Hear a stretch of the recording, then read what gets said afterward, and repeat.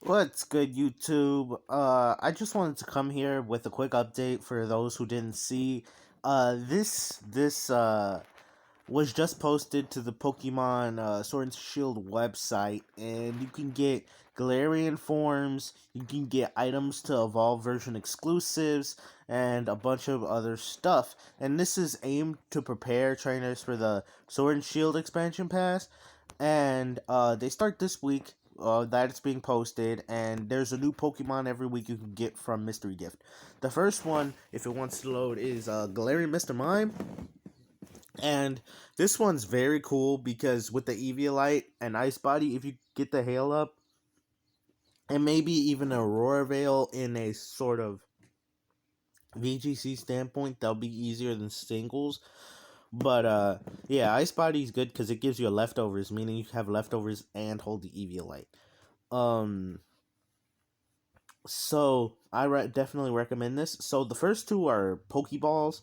So you get the Lure Ball, Moon Ball, Heavy Ball, and Dream Ball, and then the next one you get are the um Level Ball, Fast Ball, Love Ball, Friend Ball, and Beast Ball. And I hope that the Ultra Beasts come back in the Countdown Tundra because Sun and Moon only had three legendaries.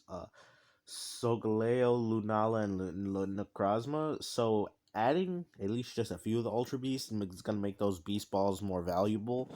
Granted, there's not a lot of ways to get Beast Balls currently in the game, so you would have to um they would have to add another way to make it more feasible unless they change the catch rates for these Ultra Beasts.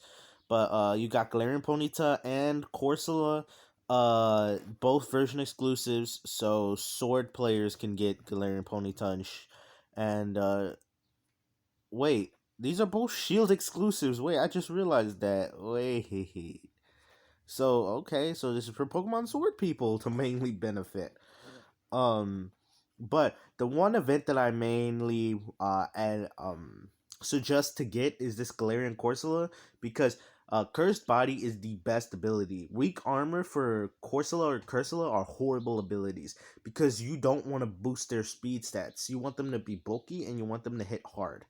Their speed stats will require so much boosting to be useful to the point where there's no point in using it, and it sacrifices the bulk for speed, which is something particularly Galarian Corsola doesn't want because Galarian Corsola is mainly an Eviolite type stall bulky Pokemon. So boosting its speed doesn't really help it because it's supposed to be taking hits and be bulky.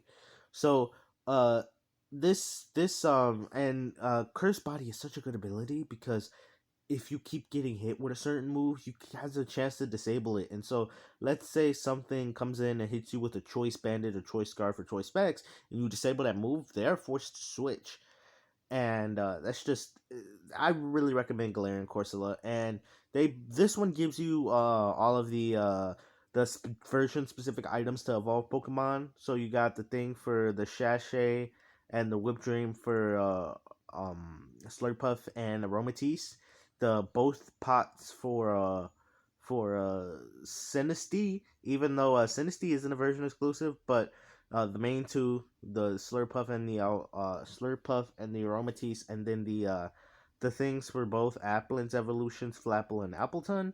You could get the Sweet Apple and Tart Apple, which is really cool. And then the last event, which I feel like is the most like gives us the most information, is that is the Meowth event. Personally, Tough Claws is the better ability, so a Nerve is not really that useful of an ability because it's so situational.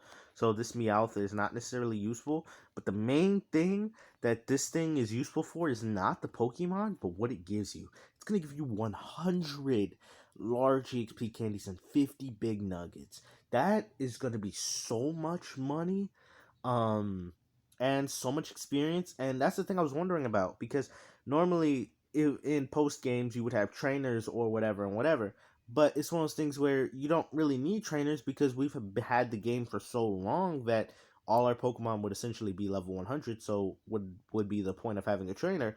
So I guess they're encouraging to have very strong Pokemon, because with the 50 big nuggets, you can go buy proteins and calciums and whatever, and all those stat boosting items, and fully EV train your Pokemon, getting them ready. And with EXP candies, you can get them to level 100. Because realistically, you're only gonna need like around 30 of them. Because after completing the main game, most Pokemon should be around level 70 or so. So, anyways, well, one last thing.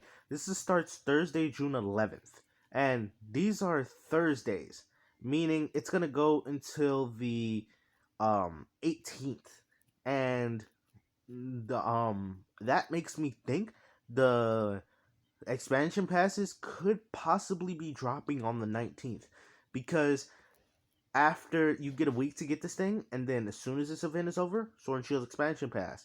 If not, maybe the next week, but I'm really hoping that this comes out on the 18th of June, because that would be amazing. And it might come out around the 26th or something, but I'm just hoping that this event kind of shows you that, oh, it's coming a week after this last event, so get ready for it. um so yeah, that's pretty much it. Subscribe to the channel if you want more Pokemon news. I'm going to be doing Pokemon Showdown videos, teaching you how to play competitive Pokemon, and maybe some other fun things. My videos are not for kids.